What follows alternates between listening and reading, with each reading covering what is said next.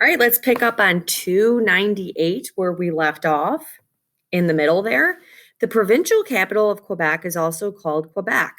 The city's older section has narrow streets, stone walls, and French-style architecture. Montreal is Canada's second largest city and one of the largest French-speaking cities in the world. About 3.5 million people live in the Montreal metropolitan area. It is the financial and industrial center of the province. Winters in Montreal are very cold. To deal with this harsh environment, Montreal's people use underground passages and overhead tunnels to move between buildings in the city's downtown. In Canada, many residents of Quebec are called Quebecies, believe their province should be given a special status. Quebecies argue that the status would recognize the culture differences between the province and the rest of Canada. Some even want Quebec to become an independent country. 299. On the other hand, many English-speaking Canadians think Quebec already has too many privileges. Most Canadians, however, still support a united Canada. Strong feelings of regionalism will continue to be an important issue. With an even larger population than Quebec, the province of Ontario is Canada's leading manufacturing province. Hamilton, Ontario is the center of Canada's steel industry. Canada exports much of its steel to the United States. Ontario's capital is called Toronto, is a major center for industry, finance, education, and culture. Toronto's residents come from many different parts of the world, including China, Europe, and India. Canada's national capital is Ottawa. It's also found in Ontario.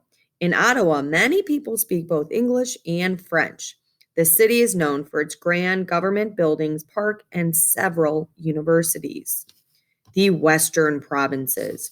West of Ontario are the prairie provinces of Manitoba, Saskatchewan, and Alberta.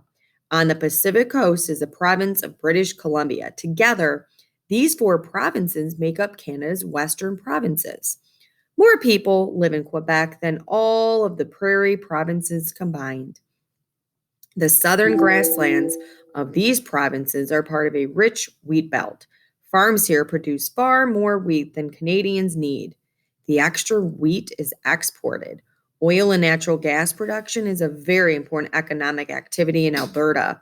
The beauty of the Canadian Rockies attracts many visitors to national parks in western Alberta and eastern British Columbia. British Columbia is Canada's westernmost province and home to almost 4 million people. The mountainous province has rich natural resources, including forest, salmon, and valuable minerals. Page 300. Nearly half of British Columbia's population lives in and around the coastal city of Vancouver. The city's location on the Pacific coast helps it to trade with countries in Asia. The Canadian North. Northern Canada is extremely cold due to its location close to the Arctic Circle. The region called the Canadian North includes the Yukon Territory, the Northwest Territory, and the Nunavut. These three territories cover more than a third of Canada, but are home to only about 100,000 people. The Nunavut is a new territory created for the native Inuit people who live there. The Nunavut means our land in the Inuit language. Even though Nunavut is part of Canada, the people there have their own distinct culture and government. About 30,000 people live in Nunavut. The physical geography of the Canadian North includes forests and tundra. The frozen waters of the Arctic Ocean separated isolated towns and villages. During some parts of the winter, sunlight is limited to only a few hours. Canada's economy. As you learn in Section 1, Canada has many valuable natural resources. Canada's economy is based on the industries associated with these resources. In addition, Canada's economy also benefits from trade.